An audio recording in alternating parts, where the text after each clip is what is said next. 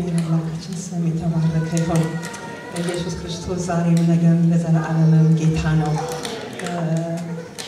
እሱ የማዕበልና የወጀብ ሁሉ ጌታ ነው። ፍጥረትን ሁሉ የሚገዛ የሚቆጣጠር ሁሉን በስልጣኑ ቃል ደግፎ የያዘ ስለዚህም እግዚአብሔር አምላክ ስሙ የተባረከ ይሁንና ብዙ እንደሰማነው ምስክርነት ስናመልክም እንደነበረ የእግዚአብሔር በመሆናችን እጅግ እድለኞች ነን። ጌታ ስላለን እጅግ በጣም እድለኞች ነን። ለዚህም አምላካችንን እናከብራለን። እንጸልይና እንግዲህ ጌታ በውስጥ ያስቀመጠውን ቃል አብረን እንመለከታለን።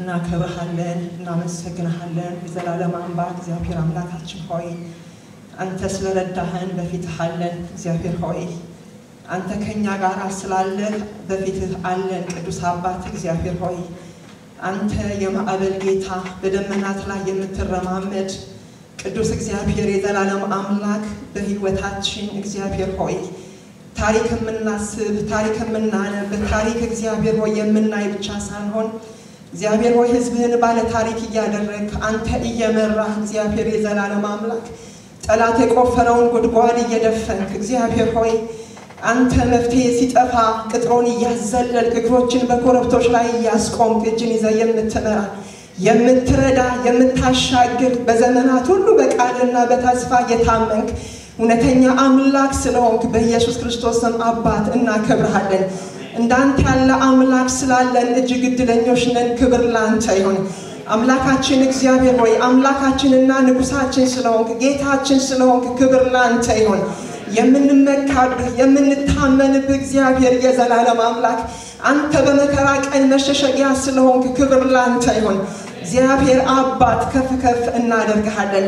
ስራህን ስላየን ጌታ ሆይ የምትሰማ የምትረዳ የምትታደግ የምታድን የምታስመልጥ አምላክ ስለሆንክ አባት ሆይ ክብር ላንተ ይሁን። አሁን ደግሞ ጌታ ሆይ መልካምነትን እንድንናገር እግዚአብሔር ሆይ ታላቅነትን እንድንናገር እግዚአብሔር ሆይ በዘመናችን ሁሉ ስለምትረዳን ክብር ላንተ ይሁን።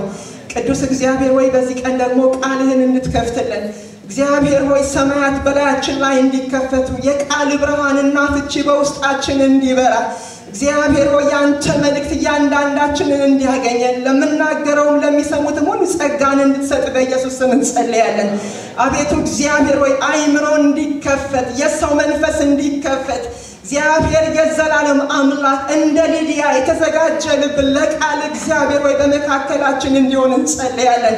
እግዚአብሔር የዘላለም አምላክና አባት ሆይ አይኖቼን ክፈት ከሕግም ተአምራትን ያለው ተብሎ እንደተጻፈ እግዚአብሔር ሆይ ከሕግ ተአምራትን እናይ ዘንድ አይኖቻችን በኢየሱስ ስም ይከፈቱ።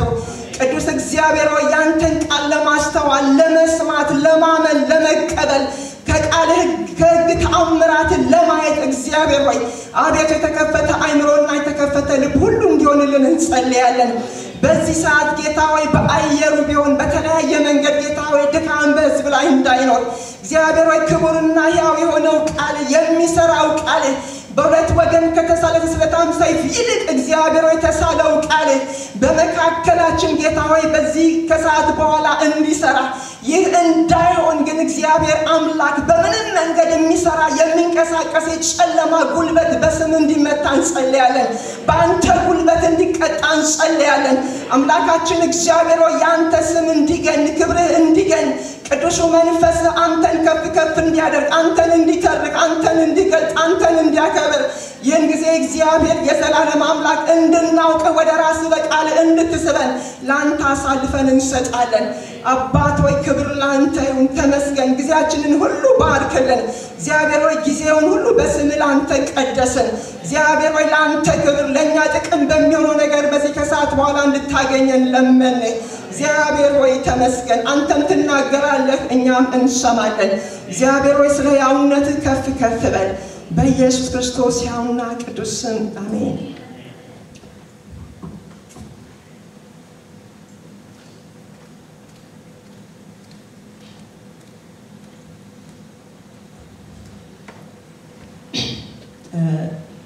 በልቤ ያለው ቃል ዕብራውያን ምዕራፍ 1 ቁጥር 1 ላይ ያለውን ሐሳብ ነው።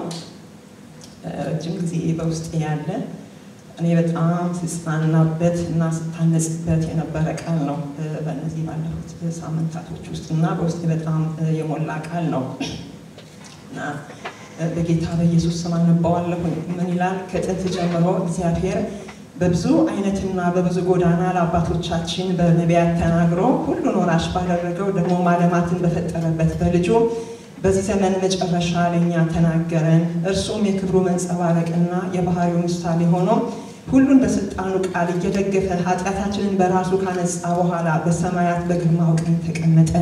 ከመላእክት ይልቅ እጅግ የሚበልጥ ስምን በወረሰ መጠን እንዲሁ ከእነርሱ አብዝቶ ይበልጣል ይላል። ከዛ ምዕራፍ 2 ቁጥር 1 ላይ ደግሞ ይመጣና ምን ይላል? ስለዚህ ከሰማነው ነገር ምናልባት እንዳንወሰድ ለእርሱ አብልጠን ልንጠነቀቅ ያስፈልገናል። ስለዚህ ከሰማነው ነገር ምናልባት እንዳንወሰድ ለእርሱ አብልጠን ልንጠነቀቅ ያስፈልገናል። ከላይ እግዚአብሔር የሚናገር አምላክ እንደሆነ ምዕራፉን ቁጥሩን በዚህ ይጀምርና እና የተነገረን ነገር አለ፣ የሰማነው ነገር አለ። እግዚአብሔር በዘመናት ሁሉ የሚናገር አምላክ እንደሆነ ይህቺ 3 ቁጥር ውስጥ በጣም የሚገርም ብዙ የታጨቀ ነገር በውስጧ አለ እና እግዚአብሔር ራሱን የሚገልጥ ራሱን የሚያሳውቅ እግዚአብሔር ለልጆቹ በዘመናት ሁሉ እግዚአብሔር የሚናገር አምላክ ነው። እዚህ ጋር እንደሚናገር ገና ቁጥር 1 ላይ ከጥንት ጀምሮ እግዚአብሔር በብዙ አይነትና በብዙ ጎዳና አባቶቻችን በነቢያት ተናግሮ ይላል። ከጥንት ጀምሮ በዘመናት ሁሉ እግዚአብሔር የሚናገር አምላክ ነው። እግዚአብሔር መናገር ያቆመበት እግዚአብሔር ያልተናገረበት ዘመናቶች የሉም። በእርግጥ በመጽሐፍ ቅዱስ ታሪክ ስንመለከት የእግዚአብሔር ቃል ብርቅ የነበረበት ዘመን እንደነበረ በሳሙኤል ዘመን መጽሐፍ ቅዱስ ይነግረናል። እንደገናም በመጨረሻው ነቢይ በሚክያስና ክርስቶስ እስከተወለደበት ባሉት ዘመናት በ400 ዓመታት ዘመናት ውስጥ የጸጥታ ዘመን እንደነበረ ታሪክ ይህንን ይነግረናል።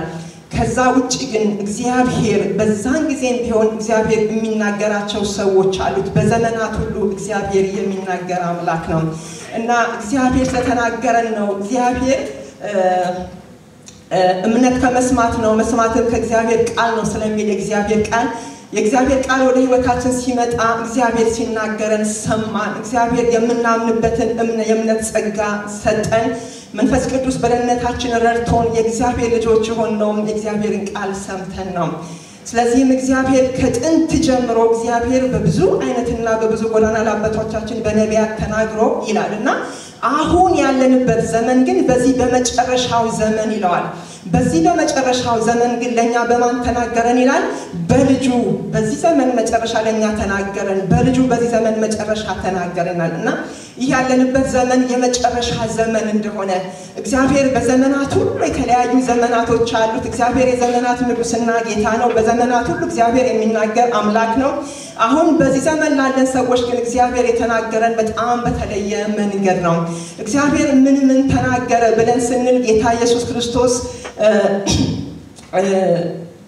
በሉቃስ 24 ቁጥር 27 ላይ እነዛ በትንሳኤው ቀን እየጠወለጉና እያዘኑ ተስፋ ቆርጠው እስራኤልን ነፃ የሚያወጣ ነቢይ ነው ለንገምት ነበረ። አሁን ግን ሴቶች እንደዚህ ሆነ ተነሳ እያሉ እያስደነቁን ነው እያሉ በክርስቶስ ኢየሱስ መሞት በጣም ግራ የተጋቡት ደቀ መዛሙርት እያዘኑ የሚያጠወልግን ቃል እየተነጋገሩ በተስፋ መቁረጥ ወደ ኤማውስ ለነበሩበት ስፍራ ሲመለሱ ጌታ የትንሳኤው ንጉስ ተነስቶ በመካከላቸው አብሯቸው ይጓዝ ነበረ እና በዚህ ጊዜ ጌታ ምን ይገልጥላቸው ነበር ነው የሚለው በ24-27 ላይ ስንመለከት ከሙሴና ከነቢያት ሁሉ ጀምሮ ስለ እርሱ የተጻፈውን ይገልጥላቸው ነበር፣ ያስረዳቸው ነበር ይላል እና እግዚአብሔር በዘመናት ሁሉ ይናገር የነበረው ስለሚመጣው መሲህ ስለ ልጁ ስለ ክርስቶስ ኢየሱስ ነበረ። ሰውን ሁሉ ወደ እግዚአብሔር ሐሳብ ስለሚመልስ እግዚአብሔር ለሰው የተለየ ፍቅር ስላለው እግዚአብሔር ለሰው የተለየ ዓላማ ስላለው ይህ ዓላማው እግዚአብሔር ሰውን ከፈጠረ በኋላ ሰውን እንዲተው እግዚአብሔር ያፍቅሮ ስለማያስገድደው እግዚአብሔር ፍቅር ስለሆነ በዘመናት ሁሉ እግዚአብሔር ይሄንን ይናገር ነበር። ለዚህ በዘመናት ሁሉ የተነሱ ነቢያትም መጻሕፍትም ሁሉ የሚተረኩትና የሚናገሩት ስለማን ነው? ስለ ክርስቶስ ኢየሱስ ነው። ይሄንን በዮሐንስ ምዕራፍ 1 ቁጥር 45 ላይ ራሱ እንመለከተዋለን። ከዮሐንስ መጥምቁ ደቀ መዛሙርቶች በቆመው በነበሩበት ጊዜ ኢየሱስ ክርስቶስ በዛ ሲያልፍ ዮሐንስ ምን ይላቸዋል? እነሆ ያለምን ኃጢአት የሚያስወግድ የእግዚአብሔር ልጅ ብሎ ሲላቸው ምንድን ያደረጉት? ረቢ ወዴት ትኖራለህ መምህር ሆይ ብለው ኢየሱስን ተከትለው አብረውት ሲሄዱ ከዮሐንስ ጋር የነበሩ ደቀ መዛሙርት ጌታ ያላቸው ነገር ምንድነው? ኑና እዩ አላቸው።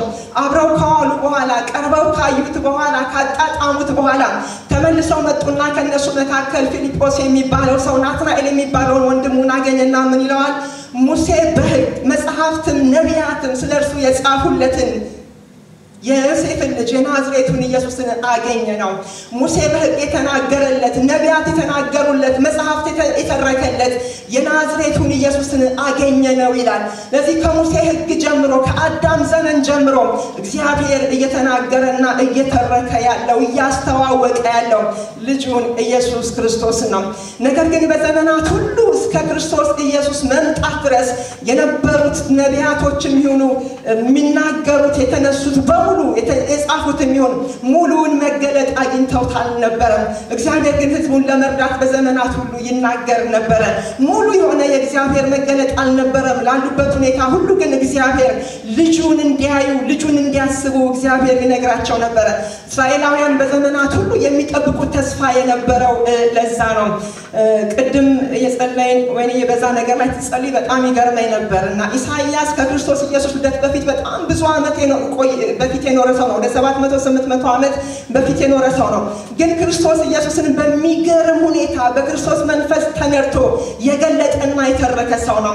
ድንግል ትጸንሳለች፣ ወንድ ልጅን ትወልዳለች፣ ስሙንም አማኑኤል ይሉታል እያለ ድንቅ መካር ኃያል አምላክ እንደሚሆን አለቅነት በጫንቃው ላይ እንደሚሆን ምዕራፍ 9 ላይ ምዕራፍ 7 ላይ እንደገና ኢሳይያስ 53 ላይ ስንመጣ ስለሞቱ ስለመከራው ስለስቃዩ በሸላቶቹ ፊት ዝም እንደሚል በግ እንደተነዳ እንደዛ ይናገራል። በመገረፉ ቁስል እንዴት እንደተፈወስን ባየነው ጊዜ እንወደው ዘንድ ደም ግባት የለውም እያለ ክርስቶስ ኢየሱስን በዛ ዘመን ላይ ቁጭ ብሎ በሚገርም ሁኔታ ያስቀመጠውና የተረከው በክርስቶስ መንፈስ ተረድቶ የፍጻሜውን ዘመን ያየ ሰውና የተናገረ ሰው ነው። እና ኢሳይያስ ከብዙ ዘመን በኋላ የኖረ ሰው ነው። ግን ገና በፍጥረት ሰውና እግዚአብሔር ሰውን በፈጠረበት ዓላማ ሰውና እግዚአብሔር ሲለያዩ እግዚአብሔር ለአዳም ለራሱ ምዕራፍ 3 ላይ የሚነግረው ነገር አለ። ከኤድን ገነት እንዲወጣ ከእግዚአብሔር ጋር ከተለያየ በኋላ የተፈጠረበትን ዓላማ ከተወ በኋላ ወይም ደግሞ ካሳዘነ በኋላ ያልተባለውን ነገር ካደረገ በኋላ እግዚአብሔር ተስፋውን የጀመረው ለሰው እንደገና ሌላ መንገድ እግዚአብሔር እየቀየሰ እንዳለ ሌላ እግዚአብሔር ዓላማ እንዳለው ሰውን እንደማይተው እግዚአብሔር ለሰው ያዘጋጀው ነገር እንዳለ ገና በዘፍጥረት 3:15 ላይ ነው እግዚአብሔር መናገር የጀመረው።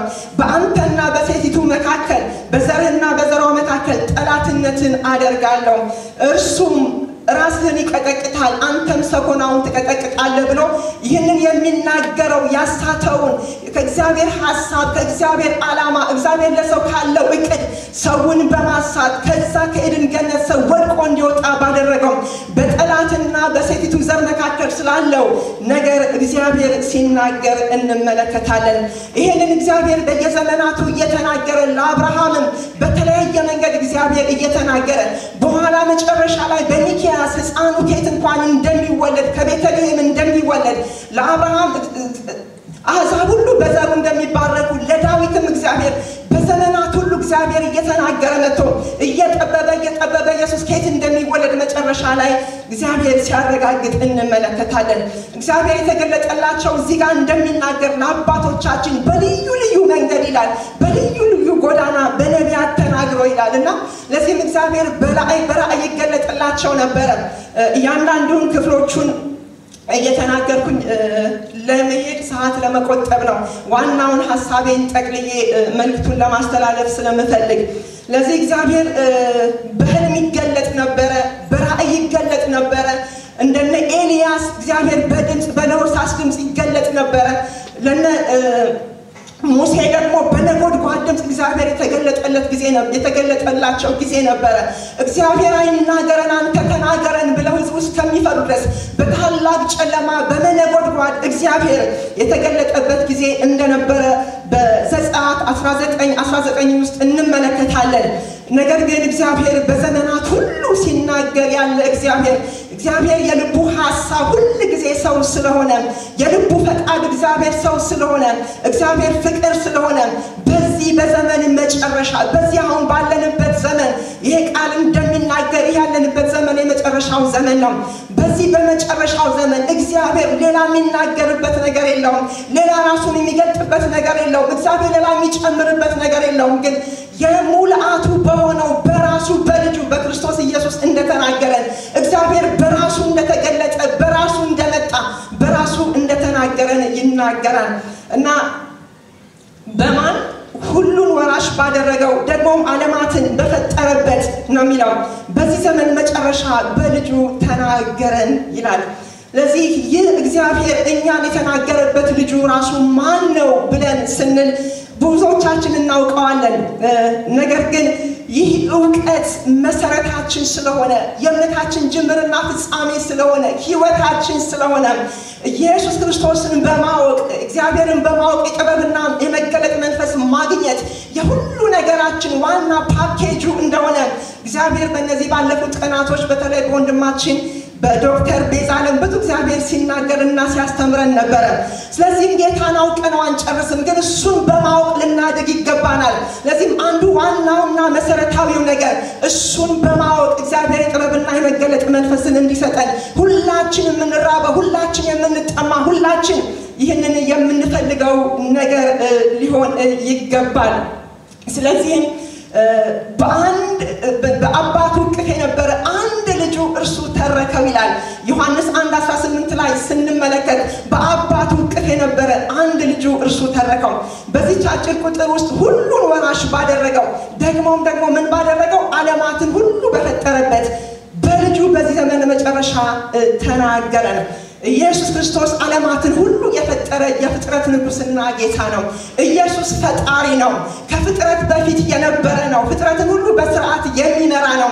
ኢየሱስ ክርስቶስ ዝም ብሎ የመጣ ብዙ አይሁዶች በተለይ ቆሮንቶስ ላይ እንደምንመለከት ምዕራፍ 1-2-3 ላይ የዚህ ዓለም ጠቢባን የክብርን ጌታ ባወቁት ኖሮ የመጣበትን ዓላማ ቢያውቁ ኖሮ ማን መሆኑን ቢያውቁ ኖሮ እግዚአብሔር ጥበቡን ከዚህ ዓለም ጠቢባን ስለሰወረ የክብርን ጌታ ይህንን የህይወት ጌታ አሳልፈው ባልሰጡና ባልሰቀሉት ነበረ። ኢየሱስ ክርስቶስ ግን ዓለም ሳይፈጠር የነበረ ለዘላለም ያለ ለዘላለም ደግሞ የሚኖር ከሆነው አንዳች እንኳን ያለ እርሱ ያልሆነ ሁሉ በሱ የሆነ ጌታ ነው። ስለዚህም እዚህ ጋር ይሄንን ነው የሚነግረን። ሁሉን ወራሽ ባደረገው ባለቤትነት ተገቢነት ያለው ሁሉ በሱ የተፈጠረ ሁሉ የእርሱ የሆነ ነው። ስለዚህም በዚህ ጌታ በዚህ በመጨረሻ ዘመን ተናገረን እያለ እዚህ ጋር ይናገራል እና እየቀጠለ ስለ ጌታ የሚናገረው በጣም ብዙ ነገር ነው ያለው። ኢየሱስ ክርስቶስ የክብሩ ነጸብራቅ እንደገናም ደግሞ ምንድነው ይለዋል? የባህሪው ምሳሌ ነው ይለዋል። ኢየሱስ ራሱ ሲናገር ምንድነው እሱ የሚለው? በዮሐንስ 10 ምዕራፍ 30 ላይ ምን ይላል? እኔና አብ አንድ ነን እርሱ ራሱ አብ እንደሆነ እርሱ ራሱ እግዚአብሔር እንደሆነ ይነግራቸዋል። በተለይ በጣም ውስጤን የሚነካው ሌላ አባባል አለ። በዮሐንስ ወንጌል ምዕራፍ 14 ላይ ቁጥር 9 ላይ ስንመለከት እነ ፊልጶስ አብረውት ብዙ ዘመን የሄዱትን ደቀ መዛሙርት አሁን ፍጻሜው እንደሆነ ልባችሁ አይታወክ አትዘኑ፣ እኔ አሁን ልሄድ ነው፣ በአባቴ ቤት ብዙ መኖሪያ አለ፣ ስፍራ አዘጋጅላችኋለሁ እያለ ተስፋን ሲሰጣቸው የሚያጸና ነገር ሲናገራቸው እነሱ ግን ምን ይሉታል? ያንን ነገር ሲነግራቸው ፊልጶስ ቅድም ያየነው ፊልጶስ ሙሴ በሕግ ነቢያትን ሁሉ የተናገሩ የተጻፈለትን የናዝሬቱን ኢየሱስን አገኘነው ብሎ በታላቅ ኤክሳይትመንት መጥቶ የምስራች ቃል የተናገረው ፊልጶስ ምን ይለዋል?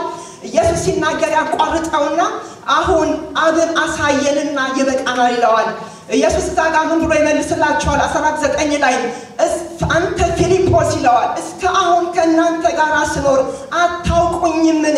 አብን ያየ እኔን አይቷል፣ እኔን ያየ አብን አይቷል። እስካሁን ከናንተ ጋር ስኖር አታውቁኝምን? አብረው ወርደዋል፣ አብረው ወጥተዋል፣ ተከትለውታል። ዮሐንስ ደቀ መዛሙርት ነበሩ። ከዛ ጊዜ በኋላ ያን ያኔ ምስራች ያበሰሩ ለወንድሙ ለናትናኤል እንደተነገረ እነዛን 3 ዓመት ተኩል ከጌታ ጋር አሳልፈዋል። በባህር ላይ ሲሄድ ባህር ሲታዘዝለት አይተዋል። ሙታን ሲነሱ አይተዋል። አልዓዛር ድምፁን ሰምቶ ከመቃብር ሲወጣ አይተዋል። ኢየሱስ ክርስቶስ ሰዎችን ነፃ ሲያወጣ አይተዋል። ፍቅሩን አይተዋል። ቅንዓቱን አይተዋል። በእግዚአብሔር መንፈስ እግዚአብሔርን እየገለጠ በስጋን ለብሶ ሰው ሆኖ በምድር ላይ የሚመላለሰው ከነሱ ጋር የሚወጣና የሚገባው እሱ እንደነበረ አይተዋል። በፍጻሜው ላይ ግን ጌታውን ልሄድ ነው ሲላቸው አብን አሳየንና ይበቃናል ሲሉት ኢየሱስ የትኛውን ቦታ እንዲያይተ የነገረን ጥያቄ ሲጠይቅ ብዙ አናይም። አንተ ፊልጶስ እስከዛሬ ከኔ ጋር ስትኖር አታውቀኝምን? በጣም በቅርብ አብረው ታሳልፈዋል። ለዚህም እግዚአብሔር ራሱ ለሰው የሚገልጥ አምላክ ነው። እግዚአብሔር የሚታወቅ አምላክ ነው።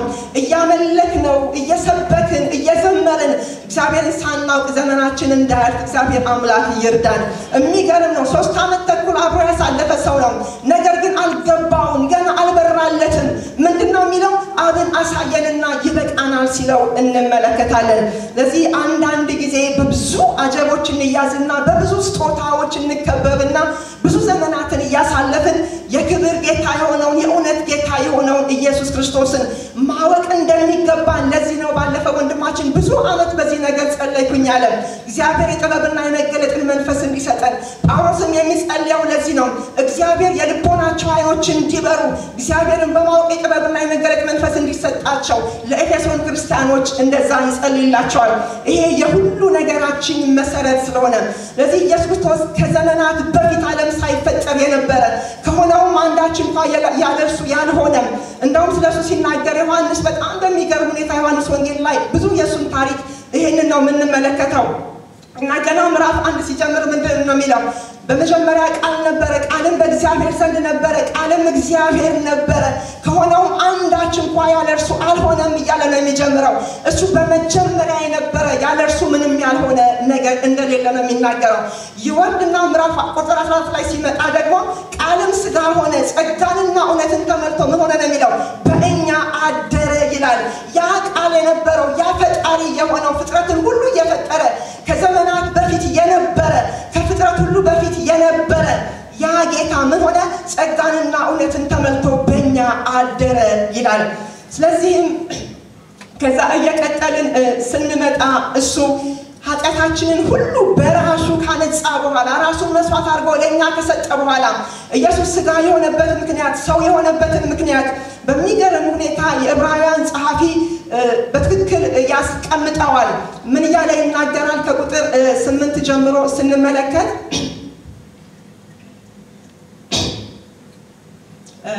ከቁጥር 5 ጀምሮ ከቁጥር 6 ታስበው ዘንድ ሰው ምንድነው? ወይስ ትጎበኛው ዘንድ የሰው ልጅ ምንድነው? ከመላእክት ይልቅ በጥቂት አሳነሰው፣ የክብርና የምስጋና ዘውድ ጫንለት፣ በእጆቹም ስራ ላይ ሾመው፣ ሁሉ ከእግሮቹ በታች አስገዛህለት ብሎ መሰከረ ይልና ምን ይላል? ኢየሱስ ክርስቶስ ወንድሞቹን ሊመስል እንደተገባው ከታች ይናገራል። ለምን ኢየሱስ ክርስቶስ ሥጋ መልበስን ፈለገ? ከወንድሞቹ ጋር በደምና በሥጋ ተካፈለ እያለ ነው የሚናገረው። ክፍሉን ባነበው የበለጠ ጥሩ ነው።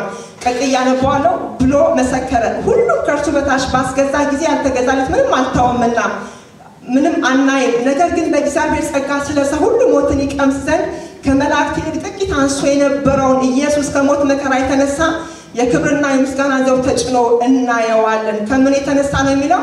በእግዚአብሔር ጸጋ ስለ ሰው ሁሉ ሞትን ይቀምስ ዘንድ ኢየሱስ ሥጋ መልበስ ያስፈለገው መሞት ያስፈለገው ለምንድን ነው? ስለ ሰው ሁሉ ሞትን ይቀምስ ዘንድ፣ ስለኛ ሁሉ ኢየሱስ ምን ይሆን ዘንድ? ሞትን ይቀምስ ዘንድ። ስለዚህም ወንድሞች ብሎ ነው የሚጠራ። ዝቅ ብሎ 14 ላይ ይላል እንግዲህ ልጆቹ በሥጋና በደም ስለሚካፈሉ እርሱ ደግሞ በሞት ላይ ስልጣን ያለውን በሞት እንዲሽረው ዲያብሎስን ነው። በሕይወታቸው ሁሉ ስለ ሞት ፍርሃት በባርነት ታሰሩ የነበሩትን ነፃ እንዲያወጣ በሥጋና በደም እንዲሁ ተካፈለ። በሥጋና በደም እንዲሁ ተካፈለ። ፈቅዶ ምን ሆነ? ሥጋና ደም ሆኖ ሰው ሆኖ በሰው ማህፀን ውስጥ አድሮ ወንድሞቹን ለመምሰል ኢየሱስ ክርስቶስ ክብሩን ጥሎ ወረደ እና ስለ መላእክት እዚህ ክፍል ላይ ብዙ የሚናገረው ነገር አለ እና ክፍሉን በደንብ ብናነባው ጊዜ ስታገኙ እናንተ አንብቡት። እኔ ጊዜ ለመጠቀም ቶሎ ይሄዳለሁ። ኢየሱስ የመላእክትን ዘር አይደለም የያዘው ይላል እዚህ ጋር። ምንድነው የያዘው? የሰውን ዘር ነው የያዘው ነው የሚለው። የሰውን ዘር ነው አዳምን እግዚአብሔር ከሱ ጋር ህብረት እንዲያደርግ በተለየ ዓላማ ከፈጠረው በኋላ በዛ ምክንያት የተባረረና የወጣው በኃጢአት ግርዳ የተለየው ሰው ተለይቶ እንዳይቀር እግዚአብሔር ያደረገው ነገር ምንድነው? እሱ ራሱ ስጋ ለብሶ ወደ ምድር መጣ፣ ወልድ ሆኖ መጣ። ለዚህ ወንድሞቹን ሊመስል የያዘው የሰውን ስጋ ነው፣ የሰውን ደም ነው። ያንን ይዞ በሞት መከራ በፍርሃት ያሉትን ነፃ ሊያወጣ፣ በመከራ ያሉትን ነፃ ሊያወጣ፣ በባርነት ያሉትን ነፃ ሊያወጣ ኢየሱስ ስጋን ለበሰ። ኢየሱስ ምን ሆነ? ሰው ሆነ ነው የሚለው።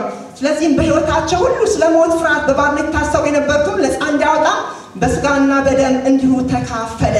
የአብርሃምን ዘር ይዟል እንጂ ያዘው የመላእክትን አይደለም። የያዘው ምንድነው? የአብርሃምን ዘር ይዟል እንጂ ያዘው የመላእክትን አይደለም። እዚህ ጋር ከመላእክት ኢየሱስ ጥቂት ማነስ የፈለገው መላእክት ይስገዱለት እያለ ሲናገር ምዕራፍ 1 ቁጥር 7 ላይ እንመለከታለን። ከዛም ከፍ ብለን እናያለን። መላእክት ሁሉ ለእርሱ ይስገዱ ይላል። አምላክ ስለሆነ መላእክት የሚሰግዱለት ናቸው፣ መላእክት የሚያገለግሉት ናቸው። ነገር ግን ኢየሱስ ወንድሞቹን ሊመስል ፈቅዶ ተገባው። ደምና ስጋን ተካፈለ፣ ሰው ሆኖ ወደ ምድር መጣ። ለምን?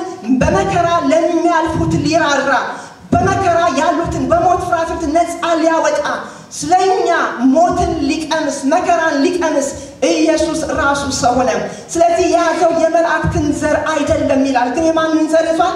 የአብርሃምን ዘር ይዟል። ለምን? ብዙ ልጆችን ወደ ክብር ሊያገባ፣ ወደ ወጣንበት ክብር ሊያገባ፣ ወደ ዘላለም ክብር ሊያገባ፣ ወንድሞቹን ይዞ ሊገባ ኢየሱስ ክርስቶስ ምን ሆነ? ዝቅ አለ። ይሄንን ያክል ወረደ። ይህን አወራረዱን በሚገርም ሁኔታ ጳውሎስ ፊልጵስዩስ ምዕራፍ 2 ላይ ይገልጠዋል። ከመጠን በላይ ለሞትም ሰዎች በእርግማን ሞት ለሚሞቱበት ለመስቀል ሞት ያውም የታዘዘ ሆነ ይላል። ለመስቀል ሞት ወንጀለኞች፣ ኃጢአተኞች፣ ነፍሰ ገዳዮች ናቸው በመስቀል ሞት የሚሰቃዩ የሚቀጡ። ኢየሱስ ክርስቶስ ግን ራሱን ፈቅዶ አምላክ ሆኖ እያለ ከአብ ጋር መተካከልን መቀማት እንደሚገባ ነገር አልቆጠረውም ነው የሚለው። ከማን ጋር? ከአብ ጋር እግዚአብሔር ሆኖ ያንን ደምና ስጋ ወስዶ ወንድሞቹን መስሎ የወንድሞቹን መከራ ሊካፈል፣ ወንድሞቹ ካሉበት የሞት ፍርሃት ሊያወጣ፣ ወደ እግዚአብሔር ክብር ወንድሞቹን ሊያገባ ኢየሱስ ክርስቶስ ከአብ ጋር መተካከል እንኳን መቀማት እንደሚገባ ነገር አልቆጠረውም ይላል። አሁን ኢየሱስ ያለው በግርማው ቀኝ ነው፣ በዙፋኑ ላይ ነው። ዛሬ መላእክት ይሰግዱለታል፣ ዛሬ መላእክት ያመልኩታል። እሱ ከመላእክት በታች አይደለም። እኛ ግን ወንድ መናፍስቶች ሳንሆን የእኛን ስጋ ተካፈለ ወንድሞችና እህቶች ስለሆንን ኢየሱስ ክርስቶስ እኛን ወደ ክብሩ ያስገባናል። ሰው ነው። ሰው ወደ እግዚአብሔር መንግስት የሚገባ የእግዚአብሔር ልጆች ቤተሰቦች እንደውም የሚቀደሰውና የሚቀደሱት ከአንድ ናቸው ነው የሚለው። እኛ ከዛ ዘር እንደሆነን ከዛ ምንጭ እንደሆነን እግዚአብሔር ለሰው ያለው ፍቅር እንዴት ምንኛ የሚገርም ነገር ነው። ለዚህ ነው ታስበው ዘንድ ሰው ምንድር ነው፣ ትጎበኘው ዘንድ የሰው ልጅ ምንድር ነው እያለ እዚህ ጋር የሚናገረው ስለ ክርስቶስ አይደለም። ኢየሱስ ለጥቂት ጊዜ አነሰ ያንን መከራ ሲወስድ፣ ግን ተመልሶ ዛሬ በግርማው ዙፋን ቀኝ አለ፣ በአብ ቀኝ አለ፣ በታላቅ ክብር አለ። ዛሬም የሚሰገድለት የሚመለክ አምላክ ነው። በሰማይና በምድር ያለውን ሁሉ የፈጠረ ነው። እማናያቸው ማናቃቸው ብዙ ፍጥረታት አሉ። እሱ ግን በሰማይና በምድር ካለው ከሚጠራው ስም ሁሉ በላይ ስምን እየወረሰ ነው። እኔ አይዶንት ኖ እንዲህ ይደረግላችኋል ስንባል በጣም ኤክሳይትመንት እንሆናለን። ይሄ ሚስጥር ቢገባን ምን ያህል በጮን እኔ አላውቅም። ይሄን ቃል እያነበብኩኝ ወደ 3 ሳምንት ከዚህ ፍርስ መውጣት አልቻልኩኝም። እግዚአብሔር ለእኛ ያደረገልን ነገር በጣም የሚገርም ነው። እኛ ከመላእክት እንደምንበልጥ ቃል በግልጽ ይናገራል። እኛ ልጆች ነን፣ እኛ ወገኖች ነን፣ እኛ ቤተሰቦች ነን። ስለ ክርስቶስ አይደለም፣ ስለ እኛ ሲል ለጥቂት ጊዜ ነው የሚለው። መከራን ለመቀበል ምን ሆነ? ከመላእክት አነሰ። እኛን ስለመሰለ እኛን ስለሆነ ያችን ያክል አነሰ። ነገር ግን ሞትን ድል ካደረገ በኋላ ምን ሆነ? የክብርና የምስጋናውን ዘውድ ተጭኖ እሱ በአብ ቀኝ አለ፣ በሰማያት አለ። ለእኛ ሊማልድ ሊቀ ካህናችን በሰማያት አለ። ስለዚህም ይህን እውነት ነው እግዚአብሔር በዘመናት ሁሉ ለሰው የሚገልጠው። እግዚአብሔር በመጨረሻው መገለጥ በራሱ የተገለጠልን ህዝቦች ነን፣ በራሱ ያገኘን ህዝቦች ነን። በግማሽ መገለጥ አይደለም። በመጨረሻው ዘመን እንዳን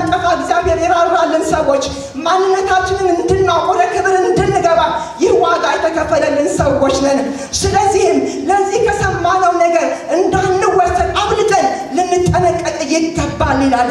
እነዚህ የዕብራውያን ክርስቲያኖች ዕብራውያን ናቸው ማለት አይሁዶች ናቸው እና በዘመኑ ክርስትና አዲስ ስለነበረ ብዙ ዋጋ የሚከፍሉበት ጊዜ ነበር። ያ ጊዜ ይሰደዳሉ፣ ይገረፋሉ፣ ይናቃሉ። ግን አይሁዲነት የኖረ እምነት ስለሆነ በቀል ተቀባይነትም ስላገኘ ዋጋ ሳይከፍሉ ተቀባይነት አግኝተው ሊኖሩበት ሊመላለሱበት የሚችል ስለሆነ ምን እያደረጉ ነው ያሉት? እየተንሸራተቱ ነው ያሉት። የበራላቸውን ይህን የከበረ ነገር ምን እያደረጉ ነው? እያቃለሉት ነው ያሉት። ለዚህ ነው ከሰማነው ነገር አብልጠን እንዳንወሰድ ልንጠነቀቅ ይገባል። እግዚአብሔር በመጨረሻው መገለጥ ተገልጦልናል። ከዚህ በኋላ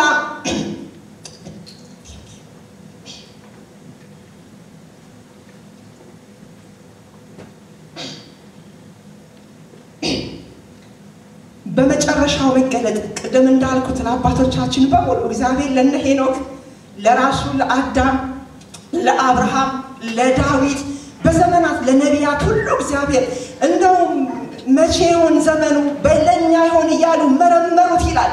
ያውቁ ጓጉ ነው የሚለን የእግዚአብሔር ቃል። ፈለጉ፣ መረመሩ፣ ፈተኑት፣ ግን ለነሱ ዘመን እንዳልሆነ ተረዱ ይላል። እግዚአብሔር ገና በሩቅ ዘመን ስለኛ እግዚአብሔር ይናገር ነበር። ይህንን ክብር እግዚአብሔር ስለኛ አይቶ ነበረ። ለዚህ በክርስቶስ ኢየሱስ ዘንድ ያለንን ማንነት ሊቀ ካህናችን ኢየሱስ ስለኛ በመሞት ሰው ሆኖ ስጋ ለብሶ ዝቅ ብሎ እኛን በተለየ ክብር ወደ ራሱ እንዴት እንዳስገባን ይህንን ማወቅና ማስተዋል በጣም ትልቅ ሕይወት ነው። ለዚህም እግዚአብሔር ይህንን ምስጢር በመረዳት ይባርከን። ይህንን ዕውቀት በመረዳት እግዚአብሔር ይባርከን እና ይህንን ቃል እንዲህ እያሰብኩኝ ማታ አንድ ነገር በውስጤ በጣም ይመጣ ነበረ። ያንንና እጨርሳለሁኝ። የሎዶቅያን ቤተክርስቲያን ስንመለከታት ምን ያደርጋል ጌታ? እነሆ በደጅ ቆሜ አንኳኳለሁ፣ ማንም ድምፄን ቢሰማ በሩንም ቢከፍትልኝ ወደ እርሱ ገባለሁ፣ ከእርሱም ጋር ምን አደርጋለሁ? ራት እበላለሁኝ ይላል። የክብሩ ጌታ ራስ የሆነው ጌታ የቤቱ ባለቤት የሕዝቡ ንጉስ ይህ ጌታ እንደውም መንግስት ያለው ንጉስ ነው። እዚህ ጋር ተመልሼ ባየው ደስ ይለኛል። እኔ ያው ስለምንሄድ የሕዝቡ ልም እንዳይከፋፈል ለመሮጥ ፈልጌ ነው ውስጤ እንዳለው ውስጥ መግባት ያልቻልኩት። ግን ዝም ብዬ ክፍሉን ባነበው ስለሚጠቅመን እኔ በጣም ውስጤን በቃ ሲያስደስተው ስለነበረ